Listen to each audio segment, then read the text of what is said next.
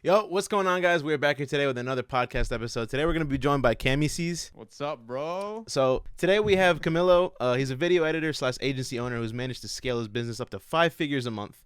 He's filmed cars, edited cars, speed rant videos, which have millions of views across all of the internet. And now he's one of the head mentors in Video Production Plus, growing his YouTube channel to 130,000 subscribers. We have Camilo. Yo, what an intro, bro. Rate that intro 1 out of 10. 1 out of 10. Oh, bro, like 1,000. That was so good. Thank you. I appreciate it. I worked on it hard, so that means a lot. That means a lot. No, man, here, I have some questions for you. So I want to get right into it. You're known for speed rant videos for cars. Sir. So that's what I'm known for. So what makes a good speed rant video? Dude, good timing. Being smooth. A lot of people, they try to do speed ramps and they just try to hammer in too quick because they're not really feeling the flow of the video. A good speed ramp video. I'm getting locked in here because I'm so passionate about this. Yeah, let's do it. Let's do it. Let's get locked in. A good speed ramp video is, you have to imagine it like a music video, right? You know, it has to time well with the music. There's no just a plug and play thing. People think just plug and play. Really, you have to feel it out with the music. It's very nuanced the way you do the ramp, and just having loads of motion. Like a lot of motion blur. Yeah, motion blur just makes everything better. Because I know your master class. You have a master class, obviously. Yep. And you don't. So if I would assume how to film this, I would assume you take cut, like video, stop the recording, video, stop the recording. You do it in one fluid motion, right? You go up to the car, and then you go around the car. Yep. So how do you get that smoothness? Is that just motion blur? So what I do is I shoot everything. I'm in the UK, so it's 50 FPS. If I was in the USA, it'll probably be 60 FPS. And the reason I do that is so I can slow things down by 2 on a 30 FPS. 25 FPS. And what I do is in my head I have a shot list. I know what I'm gonna get, so I usually just do the move a couple of times, and then I know in the edit I'm just gonna cut into that. So as well as doing good speed ramps with the animations, you have to have good footage. Like a lot of guys, they'll have the camera, they'll film, yeah, and like they'll go around and then kind of move up and down, whatever, and then in the edit it's like a very sped up jittery thing, because when you add speed to it, any small micro movement gets exaggerated. So that's where you have to be steady, and then you have to do a lot of stabilization. So when it comes to filming, to answer your question, I just go in, I do takes until they look good in my head, move to the next thing, just have fun. Yeah, that's a fun thing. I mean, it sounds fun. I would love to try it one time, but I have to like get good with cameras. But how has filming cars changed your life? Dude, so I used to film a lot of commercials. So during COVID, I filmed a speaker in my, and I made a commercial as the way that I thought I could make it. And then my cousin said to send it to the company, so I sent it, and then that's how I landed my first few clients doing commercials. But then I saw all these speed ramp edits on Instagram, and I was like, oh, I can do that because I've been doing speed ramp videos for a long time. Yeah. But the problem was that I don't have a nice car to film because I live in London, and in London, you know, I drive a Volkswagen, so I'm not gonna film my car, and I don't know anybody that has that car. So I just basically messaged all my friends and found out somebody who did have a car, and then that's how I started filming those car edits. Yeah. And I just did a whole video, and then I documented how I did the edit, and ever since then, bro, I've connected with some incredible people. I've made friends with some insane creators, Kaden Creative, Jerry Media, Daniel Peter Media, all of these crazy guys. And I've helped so many guys go from not knowing how to make cool videos to actually making these car edits, and some of them landing clients. So for me, it just touches my heart. So I'm just blessed to be able to help everybody else. And it's also allowed me to go to Vegas for SEMA with these guys. So I'm truly blessed for that. Great question. Traveling around the world, you're a boss. You're a boss. What's the best? What's the best camera to record cars with? Dude, anything Sony. Sorry, Nikon. Sorry, Canon. Sony's great, bro. Sony's great for low light. Colors are always good out of the latest Sonys. If you have the money, Sony FX3. If you don't have the money, any like Sony like A6400 or even I have that right to my side. Yeah, that's good. The only problem is it doesn't have IBIS. Yeah, that's the only thing. That's such a good camera. I love those. I love those so much. I use the Sony A7C. Guys, I mean, Mojo, everybody, I haven't shot 4K since 2019. I shoot everything in 1080p. What's your opinion on 4K? I think it's overrated because all platforms compress it anyway. I always say that. I always say, why would you shoot 4K? I didn't even say that. I said, why would you shoot 4K when some devices don't even support for it? Yeah. Most don't, and they're gonna compress your video to 1080. Every creator that I know that does car videos, okay, they shoot 4K, but they edit at 1080p. Yeah. And I don't want all this file size taking up my storage, so I just shoot 1080p anyway. And I just add some sharpness, some good color grading, maybe pass it through an AI denoiser or something, and it looks crisp. That's it. That's the hack. Yeah. I asked Jack this question too. What's your opinion on AI? AI is gonna be like the CGI of our generation. AI is gonna help us make cool stuff that we can't do or it takes too much time manually, but it's not gonna replace anybody. That's what he So said. guys, He calm said it's not going to replace anything. I said we can use it to our advantage Oh yeah, 100%. to like What's speed the your take? workflow up. AI, I'm cool with AI. So like rotoscoping is a big thing for me. Runway ML, I use that every single time I need to rotoscope something out. I use that. It's just Fire. time saving. No one has time to rotoscope something out frame by frame. So if I upload it to Runway and just quickly have it do the AI thing, it can just save me so much time. Yeah, dude. I just throw my I need rotoscopes. I'll just throw it on CapCut. It's a one-click thing. Oh yeah. Whereas See, there on you go. After Effects, you gotta feather it, Yeah. and it takes time, and then your computer starts smoking. So you have to hit the extinguisher, and then you have to start again. Like, nah, that's long. And then like a little corner is like popped off, and you need to like just Yeah. fix it. You have to zoom in. No. yeah, it's awful. No, I think AI is dope. It's gonna be a game changer for everybody. Definitely. What's in your opinion? What is the best camera to start out with to film? Like just a budget, like a budget camera. Budget camera. The Sony ZEV-10, I think, is a good one. You know what? I like. There's a camera that's close to my heart, which is the Canon M50, which is how I started when I started with mirrorless. Little tiny camera. It has really nice colors for the price. It was like $400. But I think right now there's so many more. There's so many options now. Sony I think it's ZVE10. I might be wrong. That's a budget one. Ooh, I mean it's slightly above budget to be fair. But it's APS-C. Right. It's like 599. How did you? I'm gonna skip over this question, then I have. We'll come back to it. But I just noticed your shirt. How did you get involved with Video Production Plus? How did you get involved with being a mentor? Dude, I'm just gonna be super transparent. So Yeah. My pages were growing really quick, and I wanted to start a paid community for like business stuff because I realized that what I was teaching was great. People like to edit, but a lot of these guys are not landing clients because clients, don't really need the fancy stuff all the time. Sometimes they just need a good video that understands good marketing. Yeah. So I was gonna make my own community, and then I was like, you know what?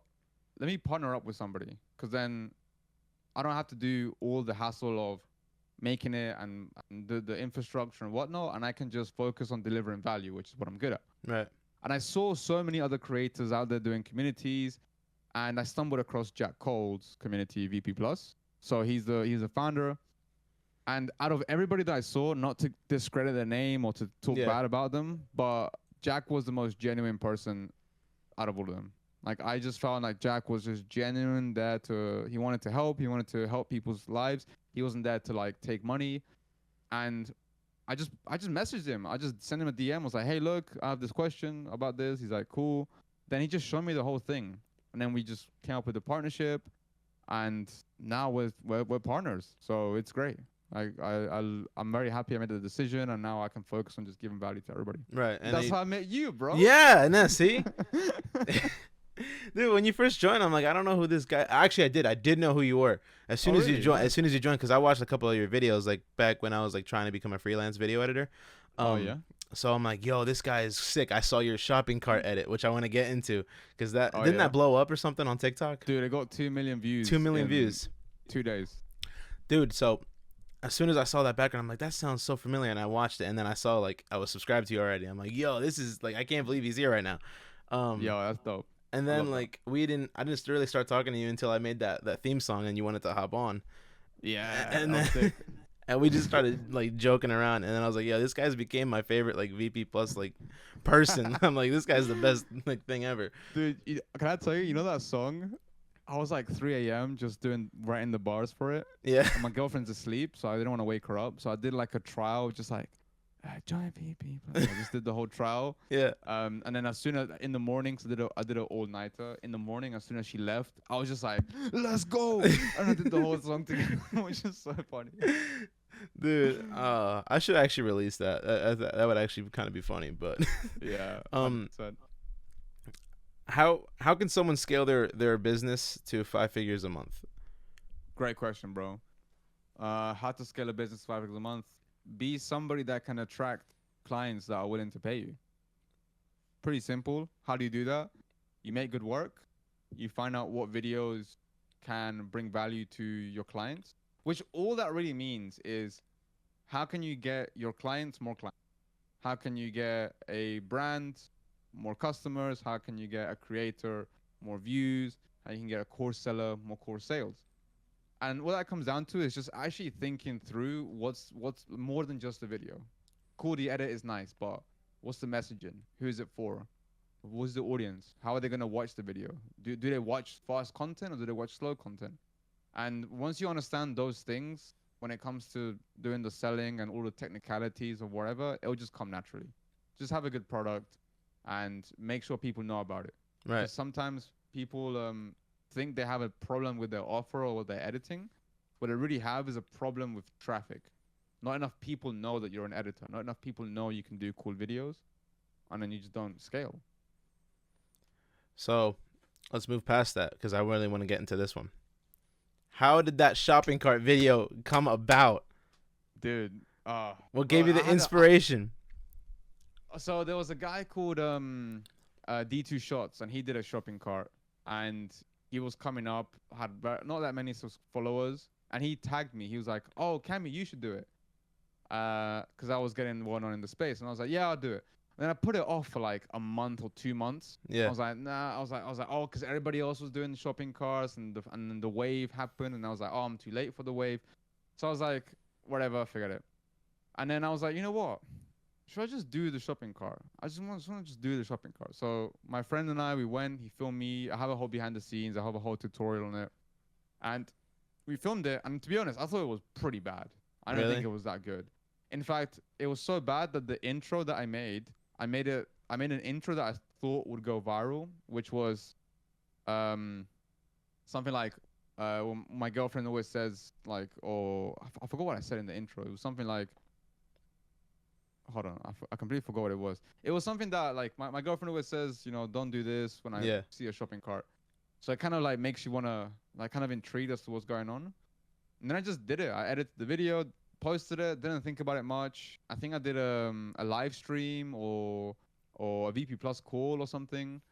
And then, bro, the numbers just started going up. Like, the comments were so funny. They were like, Camilo dropped the hardest shopping cart edit and thought we wouldn't notice. And that was, like, repeated over and over and over and over again. And there was this chain that in the video where it kind of, like, goes around. It looks so cool. And I think because I have a background in doing commercials and making things look pretty, I was getting the good angles for the car, and I was making the cart look nice.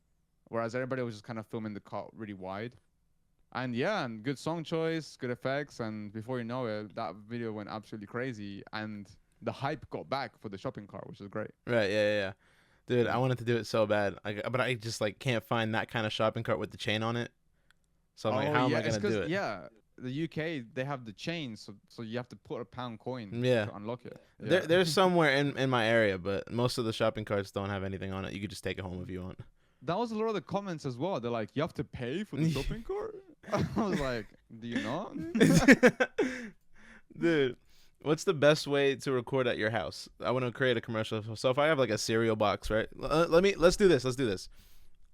I have a cereal box. I'm not gonna say which cereal because no free brand deals. Okay.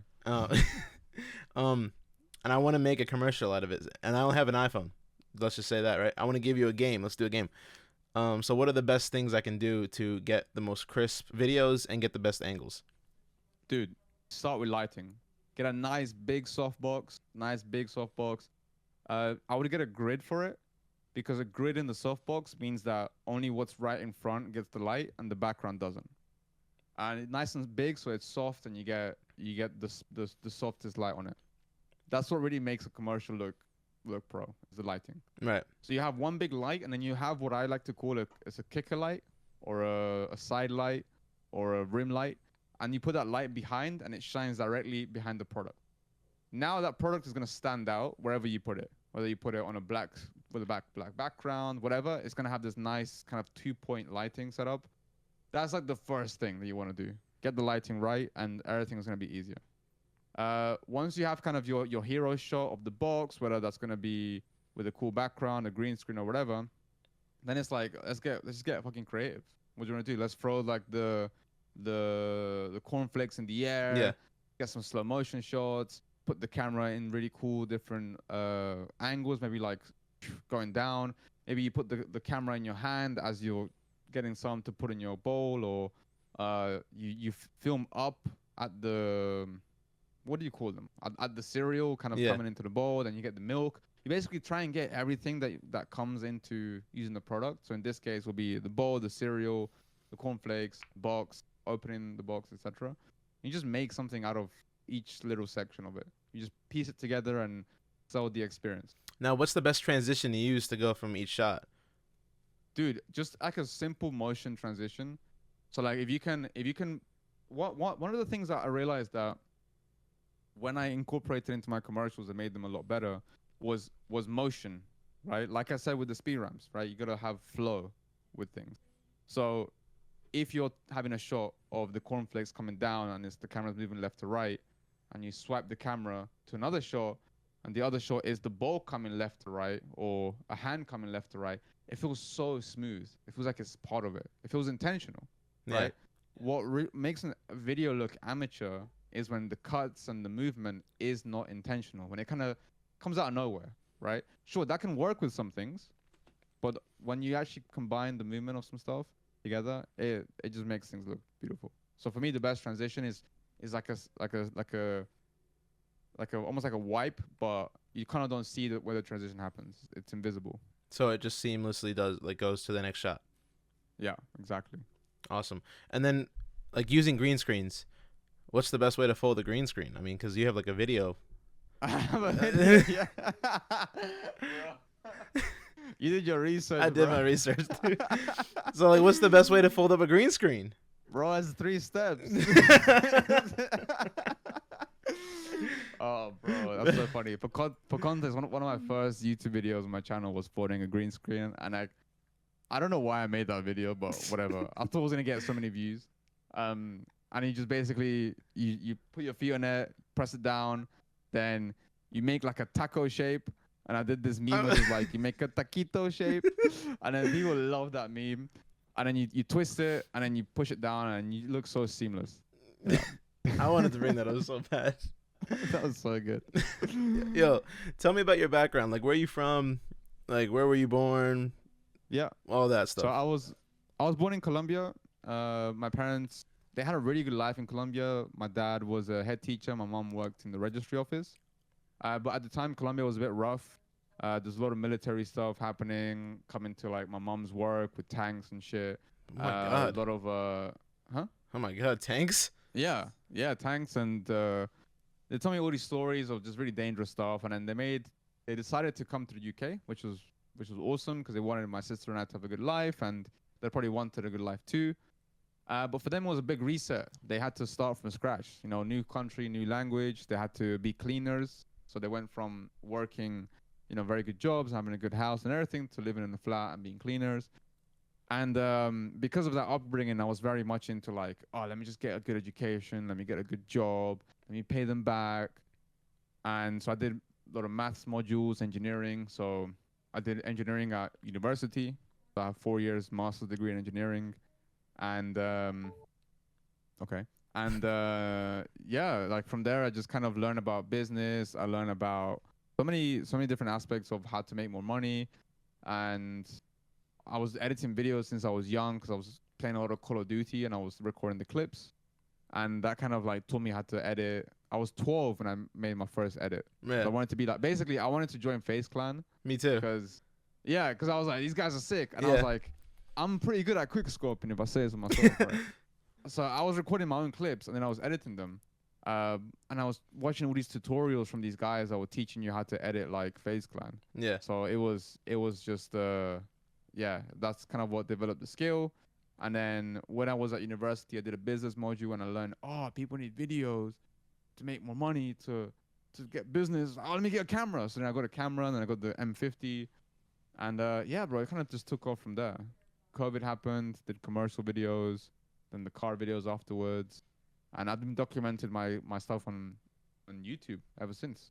That's awesome. That's awesome. Yeah, bro. I got one more question for you, and I really want to send this off in like a big bang. This is like one of probably like the most wanted questions ever in the space. So like, how do you get your dream client? You write their names down, and you try find them. Like how do you get your dream client? You go find them. But how? Right? What's the best way of finding a client?